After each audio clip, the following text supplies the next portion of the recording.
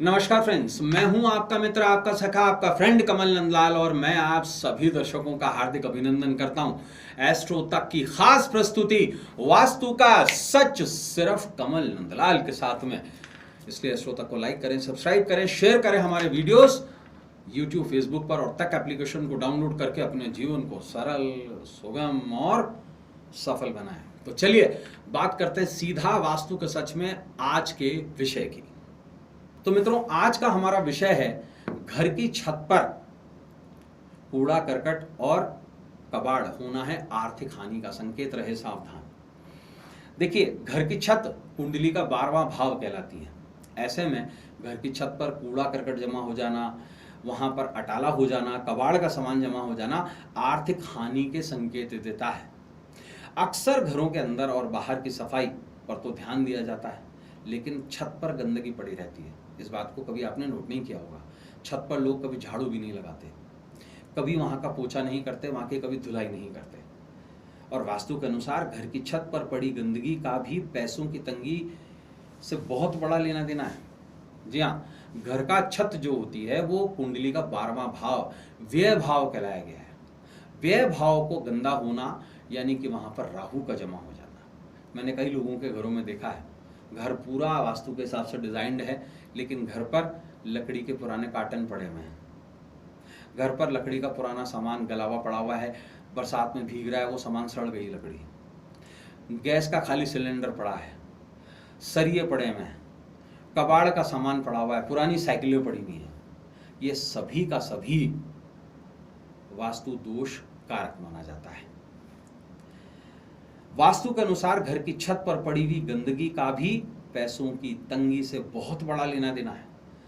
परिवार की बरकत पर बहुत बुरा प्रभाव पड़ता है अगर आपके घर की छत गंदी है तो। यह जरूरी है कि घर की साफ सफाई अंदर और बाहर से अच्छी तरह से की जानी चाहिए, पर ऐसे में घर की छत भी उतनी ही साफ होनी चाहिए जितना कि आपके घर का कमरा या आपका ड्राइंग हॉल।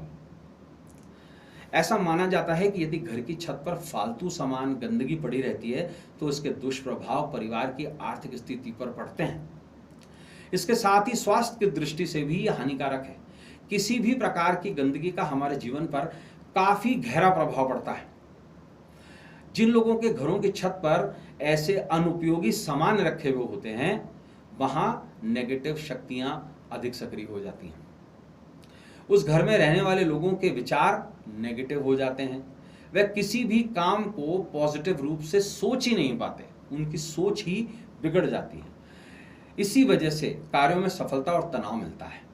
परिवार में भी मनमुटाव की स्थिति निर्मित होती है। शास्त्र वास्तु प्रकाश के अनुसार धन की देवी महालक्ष्मी का वास ऐसे घरों में होता है जहां पूरी तरह से साफ सफाई और स्वच्छता हो। ध्यान रखा जाए, लक्ष्मी आती वायु मार्ग से है, इस बात का ध्यान रखा जाए। लक्ष्मी लोग दरवाजे खुले रखते हैं, मूलतः घर की छत खुली रखनी चाहिए।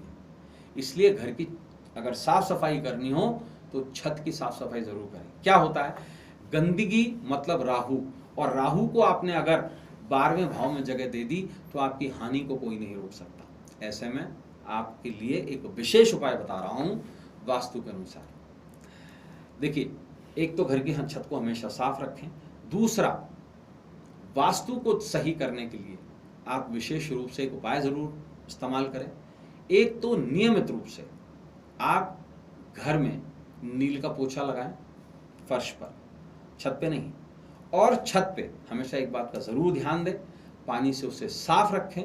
और साथ बसात में हनुमान जी पर 2 पताका चढ़ाएं, उनमें से एक पताका अपने घर ले आएं और उसे घर की छत पर उत्तर पूर्व दिशा में लगा दें, ताकि केतु आपके आकाश मार्ग में स्थापित हो और राहु जो नील का पोछा है आपके पृथ्वी मार्ग में स्थापित हो। तभी आपके घर में लक्ष्मी का आवागमन हो पाएगा। तो मित्रों, आज के लिए बस इतना ही। कल आपसे फिर मुलाकात होगी वास्तु का सच में एक नए टॉपिक के साथ में। तो जाने से पहले आपको यही कहना चाहूंगा, एस्ट्रो तक को लाइक, सब्सक्राइब और शेयर करें और तक एप्लीकेशन को डाउनलोड करके अपने जीवन को सरल, सुगम और सफल बनाएं। और अपने मित्र, अपने सखा, अपने फ्रेंड कमल नंदलाल को इस उम्मीद के साथ इजाजत दीजिए कि आपका आने वाला कल आज से कुछ बेहतर हो। तब तक के लिए नमः शिवाय, नमस्कार।